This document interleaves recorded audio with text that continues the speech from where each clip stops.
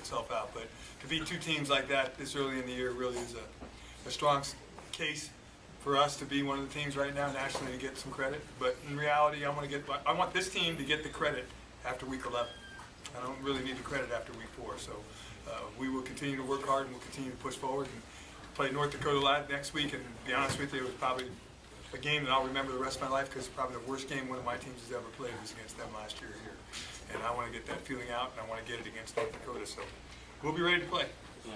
Defensively, you guys seem content to let them sort of pick that stuff in the flat and just rally to the ball. And I mean, give up 400 yards passing, but did you feel like you guys executed that as well as you would have liked? Or?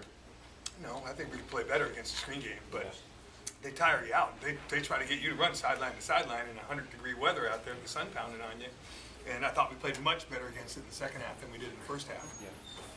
And then we had a couple of problems with some coverage things, and one of them, there's one touchdown run we'll take as coaches. We had the wrong front with what we were calling, so stuff like that does happen. But the thing is, when we had to make a stop, we made a stop. The game's not over. Just keep playing. And we've been really counting on this thing that in life is a series of moments, and each moment is important. And if you keep looking back at the ones you had, you're not going to accomplish anything in the ones that are right in front of you. So we're playing moment by moment, play by play, trying to give ourselves the best opportunity to be successful on every play and not looking backwards. It doesn't do you any good. We got to look forward, whether we're down 17-7, next thing you know, we're up 24-17.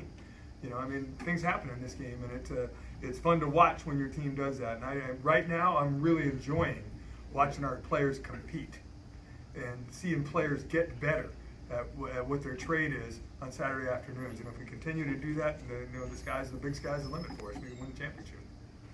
Coach, early in the season, it seems like you guys have been able to come up with big third down plays. Even when you get down, today Kyle Lewis runs it in for a touchdown. Play gets called back, and it might be the next play, but definitely, within the next couple of plays, you find Joe deep down the middle. Dano kind of Doug Flutie's it down the middle there, and that was kind of exactly what happened. He found Joe. That wasn't really exactly by design. But I told Joe you ran a great route. But one of the things I've noticed about this team is their ability to convert longer third down plays when needed. Kyle Lewis early in the season got a few of those. What do you attribute that to? Yeah, I attribute it to the play of the players. The guy. So when Kyle gets the opportunity to make those plays, and Daniel gets the opportunity to throw the balls, and he got hit a couple times too many early in the game today too. But you got to credit the other guys around him. On the touchdown to Kyle, you watch the block Jared Muhammad throws on number 37. Number 37 for them is a heck of a football player. And Jared Muhammad does a great job blocking. Nobody says that because they're going to say, look at the route Kyle ran, which is great. Look at the ball Dano threw, but it was pretty good protection that time. And when we do things right, good things can happen because of the skill of our players. I think we have some good skill, and we have some guys that can do some damage when given the opportunity. What was going through your head during the last play? When you're pitching the ball back and forth? forth? Since I grew up in the Bay Area, obviously the Cal Stanford game was on my mind, and one of the guys on that Cal team touched the ball twice, coached for me for a while, so I've seen that play several times because he used to carry it around in his back pocket. I just didn't want it to happen to us, and I think our players continued to play hard. It was somewhat fun to watch our players run around. It looked like Philly football out there, but bottom line thing is we made the play we had to make and ended the game. Game's over. We win, they lose. Anything else for Coach Walsh? All right, thank you, Coach. Josh, you guys are 3-1 now. Talk a little bit about what Montana was trying to do in terms of getting you guys outside, and what were you guys able to do to at least kind of keep it in front of you, if not kind of slow it down completely? I think that their game plan was just to get it going outside, back and forth, so that we were running back and forth, trying to tire us out. But I think eventually we caught our halftime. We made a lot of adjustments so that our outside backers were jumping the outside route, so that hopefully trying to stop them at least, or at least have them hold it and get the pressure there faster. But I think we did pretty well. How good was that? I think it's number 16, the wideout. Receiver? Yeah. Talk about how challenging it is to try to bring a guy like that down. I gotta give him his credit. He's fast. He got good hands, fast. He's really quick, shifty guy. There's that first play. I think he got around like 8 or 9 people. Finally got him down, but no, he's a good guy. He's a good player. Josh, how do you guys feel? I mean, you're heading to North Dakota next week and week 2 of the Big Sky Conference. And can you kind of gauge what was maybe the temperature in the locker room like after this? I think opening the Big Sky today, we're all just really happy we got the win. I think Montana, we beat them the last 2 years. We beat them here last time they came here too. Ranked number 6, we're happy to knock them down. going into North Dakota, just you want to take the momentum going. I mean, we won the last 3 games. Just keep it going, keep it rolling. What does it say about the character of this team? But every time the Grizz just found the end zone, you guys were able to just counterpunch and fight back every time they pushed. I think, because they made a lot of plays. They got down to the high red zone, and then we were able to hold them to a few field goals. I think we're just a resilient bunch. Everybody, when we got down there, tried to lock it down a little tighter. The play calls down there, I think were great play calls too by the coaches. Anything else for Josh? All right, thank you. Kyle, can you kind of take us through that last reception there in the fourth quarter, that long ball Dano just kind of put up for you? Well, it was a play we had pretty much seen the whole game. We saw the safety. It was one safety. Their overhang was over me.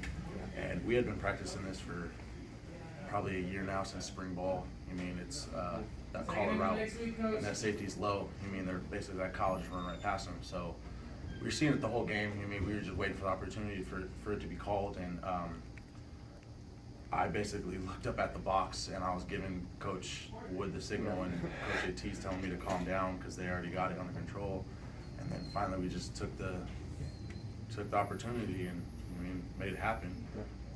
You've had a couple of long scores this year, 50-yard, 40-yard, get called back. How do you kind of just stay focused and not let that bother you at all? I know it's just part of the game, but one thing I learned is just that, and I'm still learning every single year, every single week that I play this game. It's just you can't really dwell on one play, whether it's good or bad, because you don't know what's going to happen the next play. So when I think about that, it sucks. I feel like I still count it in my mind, but like I said, you don't know what's going to happen, and it showed on the field. I got to score 2 more times, so we're too focused to even think about that as a team. What about Montana's last drive when 3rd down they threw into the end zone, wasn't able to get it, and then 4th down missing that field goal? What was going through your mind at those final moments where Montana wasn't able to convert? I was just like, we need to go on the field and we need to just finish this. I feel like every game this year has been offense just finishing it, and I feel like that's kind of our label as Cal Poly now. Like it's really the offense just putting it down and finishing games, putting a stamp on that game. So I was relieved our defense was able to get a stop and a field goal, and I knew we just had to go out there and just finish it, really put the seal on it and just make everybody else happy, Yeah.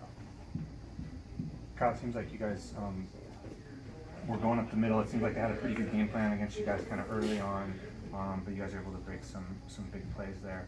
Can you talk a little bit about the balance that still remains on the offense and where you guys kind of feel like that balance is coming from? I feel like this is the strongest since I've been here our offense has ever been, just because we have so many crucial roles to the team, and there's so many people that have a vital role into our success. They're going to try to crowd the box with Joe because he's an All-American. He's leading the nation in rushing. But then we get a pitch to me on the outside for a score. We get a pitch to Corey on the outside for a 50-yard gain.